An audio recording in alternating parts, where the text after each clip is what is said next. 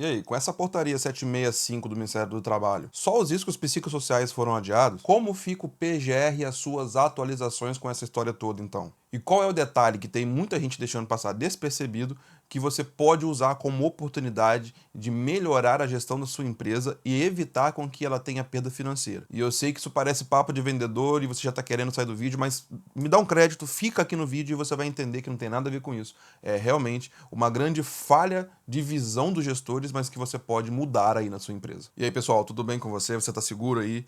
Recentemente saiu então a portaria 765 do Ministério do Trabalho, que trouxe o adiamento definitivo para as alterações que haveriam então no capítulo 1.5 lá da NR1, que trata do gerenciamento dos riscos ocupacionais do GRO. Uma coisa que tem que ficar claro para vocês é que até o presente momento, até o que a gente tinha então, era que esse capítulo ele ia entrar em vigor com o novo texto no dia 26 de maio de 2025. Entretanto, houve uma resolução interna do Ministério do Trabalho e eles resolveram então adiar o capítulo por completo. Então, aquela história de que o capítulo entraria em vigor com o novo texto no dia 26 de maio de 2025, porém não teria multas, aquilo caiu por terra, então houve um adiamento completo por um ano do capítulo como um todo. Então temos uma nova data para que essa atualização entre em vigor, que é 25 de maio de 2026, então guarde essa data aí porque ela é muito importante. E aí a primeira pergunta que a gente deixou para vocês era se só seriam os riscos psicossociais adiados e você entendeu que não. Na verdade, todas as atualizações que essa revisão traria foram adiadas para 2026. E isso inclui não só a entrada dos fatores psicossociais no GRO, como também a mudança estrutural que ia haver no PGR, também inclui a questão de investigação e análise de fatores que poderiam gerar acidentes, os chamados quase acidentes, e por último também as questões que mudariam lá com relação às obrigações de cenários de emergência. Então aqui tem um ponto de atenção para você, entenda que o PGR não caiu, ele continua com o texto atual, então você precisa continuar elaborando e atualizando o seu PGR de acordo com o texto atual da NR1. Isso quer dizer que se você tiver todos aqueles gatilhos de atualização para esse período próximo, agora dentro dos próximos 12 meses, você precisa atualizar de acordo com o texto atual. E sim, se você for cobrado pelo Ministério do Trabalho nesse período, é com base no texto atual da norma que ele vai te auditar. E se você agora está um pouco perdido e quer entender então qual é a mudança que teve do PGR, o que diz o texto atual, o que diz o novo texto da NR1 que vai vigorar então em 2026, dá uma olhadinha nesse vídeo aqui, que nesse vídeo tem uma aula completa da comparação, do paralelo do texto atual com o texto novo, e você vai entender as mudanças e o que você precisa observar agora e o que você vai precisar observar no futuro. E por falar em PGR, se você quer aprender a elaborar o PGR do jeito certo, na verdade, aprender a gerenciar o risco de forma ampla, olhando para todos os aspectos, não só trabalhistas, como também previdenciário, tributário, tudo aquilo em que a gestão dos riscos ocupacionais no PGR pode interferir, é só você dar uma olhada no GRO 360. Já são vários alunos lá aprendendo a elaborar o PGR com os seus modelos, tudo certinho, incluindo a questão dos fatores psicossociais. Sim, você aprende a como integrar os fatores psicossociais no PGR. Então, dá uma olhada no link da descrição ou no QR Code que está na tela e vem para o GRO 360. Outra coisa que eu tenho que trazer para vocês é que a obrigatoriedade de você gerenciar os riscos psicossociais no PGR foi adiada então para 25 de maio de 2026. Entretanto, eles continuam existindo. Sim, você precisa ficar atento, porque uma das nossas maiores preocupações é que as pessoas adormeçam isso agora e só voltem a se preocupar daqui a um ano, lá em abril, lá em março ou abril de 2026, quando depois não vai dar tempo de mexer nisso tudo de novo e você vai querer adiar mais uma vez, o que talvez não aconteça.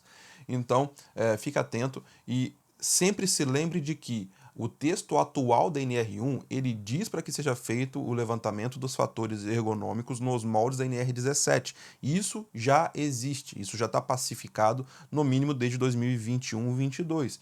Então, todas as empresas precisam fazer a sua AEP, a sua avaliação ergonômica preliminar, para levantar e identificar os fatores ergonômicos no ambiente de trabalho.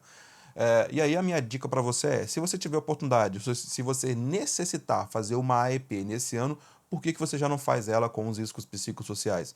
Porque se você fizer ela agora e no ano que vem tiver que fazer de novo só para acrescentar os riscos psicossociais, não seria um novo custo? Então, por que não fazer isso agora? Além do que, você já vai ter dados na mão para que você possa começar a fazer o gerenciamento, mesmo que não obrigatório no PGR. E aqui tem um grande detalhe que eu preciso conversar com vocês. Eu percebi algo que eu estou vendo poucas pessoas, ou na verdade não estou vendo ninguém falar disso agora. eu queria trazer essa noção para você. Eu já até falei disso em outro vídeo, mas passou batido. Então, eu queria falar com vocês, e se você achar que isso é um devaneio, comenta aí, bota aí nos comentários. Olha, você tá ficando doidão, porque isso realmente não acontece. Mas vamos lá. O que que acontece? Eu vi num jornal, nesse final de semana, é, um jornal aqui do meu estado, um jornal grande, inclusive, falando sobre a NR1, falando que ela tinha sido adiada, com os representantes das federações comentando algumas questões, inclusive, falando que não estavam preparados e tudo mais. Eu até entendo. Eu só acho que não precisava prorrogar como foi feito. Poderia ter sido feito de uma outra forma, escalonada talvez, tá bom? Mas uma prorrogação de um ano é complicado. E você vai entender o porquê que isso é complicado. Eu entendo que as pessoas não estavam preparadas, até porque a norma não trouxe parâmetros, então ficou difícil realmente de se fazer alguma coisa. Mas entenda bem o que eu vou dizer aqui para você agora. Olha só essa linha de raciocínio que ninguém observou. Inclusive, esse jornal trouxe alguns dados.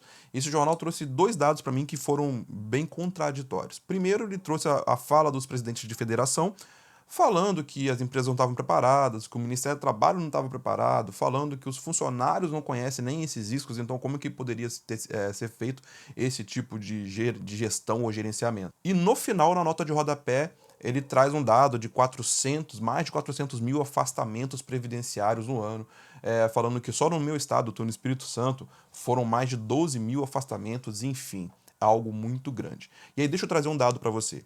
Existe uma lista de doenças relacionadas ao trabalho, que é a LDRT.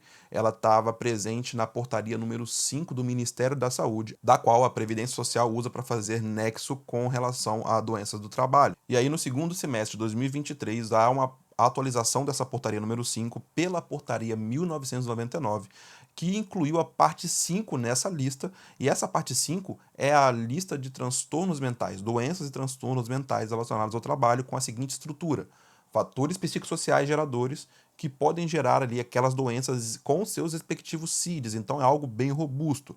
Em 2024, existe a atualização dessa lista através da portaria 5674. Então, o que eu quero dizer para você?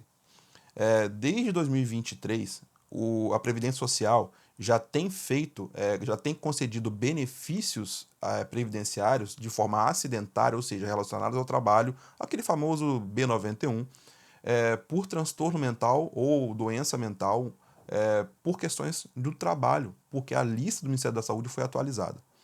Isso quer dizer que o FAP das empresas já pode estar sendo alterado desde 2023, na verdade 2024. Então, o FAP vigente que você tem em 2025 já pode estar contemplando alguma leve alteração por conta de afastamento relacionado à doença mental, à saúde mental do trabalhador. E se você não sabe o que é o FAP, vou deixar um vídeo aqui para você que eu explico rapidamente sobre tributação previdenciária ligada à saúde e segurança no trabalho. E aí, nesse vídeo você vai entender que a tributação ela é muito mais pesada do que multa. E sim, as empresas já estão pagando a conta previdenciária na sua guia de INSS por questão de deficiência na saúde mental dos trabalhadores. E aí vem a contradição para mim, porque a chance que as empresas teriam de contrabalancear, de controlar ou de combater esse mal, de melhorar a saúde mental, seria gerenciando os fatores psicossociais que podem gerar essas doenças. E agora elas pediram para prorrogar. Então você entende que elas preferiram continuar pagando a conta do que resolver o problema? Ontem eu estava conversando com um amigo meu, o Felipe Aled, que é ergonomista, já veio aqui no canal, inclusive, e a gente estava conversando, ele trouxe uma alusão muito importante que eu achei bem pertinente, vou trazer para você.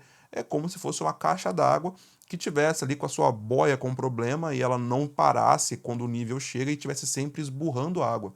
Então sempre está vazando água. Então ao invés de você fechar o registro e consertar, você não quer fechar o registro. E aí você não conserta e deixa lá vazando e paga a conta para não ficar sem água por um dia, às vezes. E aí é essa questão que eu tenho que trazer para vocês. A conta da saúde mental já está no bolso dos empresários. Isso é um ponto. E eu não estou aqui militando, não tem questão política nesse vídeo, não. Eu estou trazendo para vocês uma questão financeira, é um dado financeiro. A conta previdenciária já está aí, as empresas já estão pagando, e a forma de controlar foi pedido para prorrogar. Faz sentido para você? Porque para mim não faz. E aí foi por isso que eu disse para você, cara, se eu estou tendo essa visão muito deturpada, se eu estou tendo um devaneio, diz aí no comentário. Porque para mim não está fazendo sentido. Por isso que eu disse para você que mesmo sem saber como fazer, nós deveríamos ter criado uma forma escalonada e não um adiamento. Então é por esse motivo que eu trago para você essa oportunidade. E essa oportunidade que você tem é de mostrar esse dado aí para o empresário. Se você é do CESBIT da empresa, se você é o psicólogo, técnico, ergonomista, se você é prestador de serviço, você precisa demonstrar para o empresário que ele está perdendo dinheiro e que ele tem a oportunidade, mesmo que, talvez seja até a melhor oportunidade que ele vai ter, de fazer a gestão agora. Então, faz o levantamento, faz a identificação e avaliação do fator psicossocial, encontra os problemas, gerencia para que aquilo deixe de existir ou deixe de afetar o trabalhador, para que o problema de saúde mental seja resolvido na empresa e não haja afastamento. É só um dado.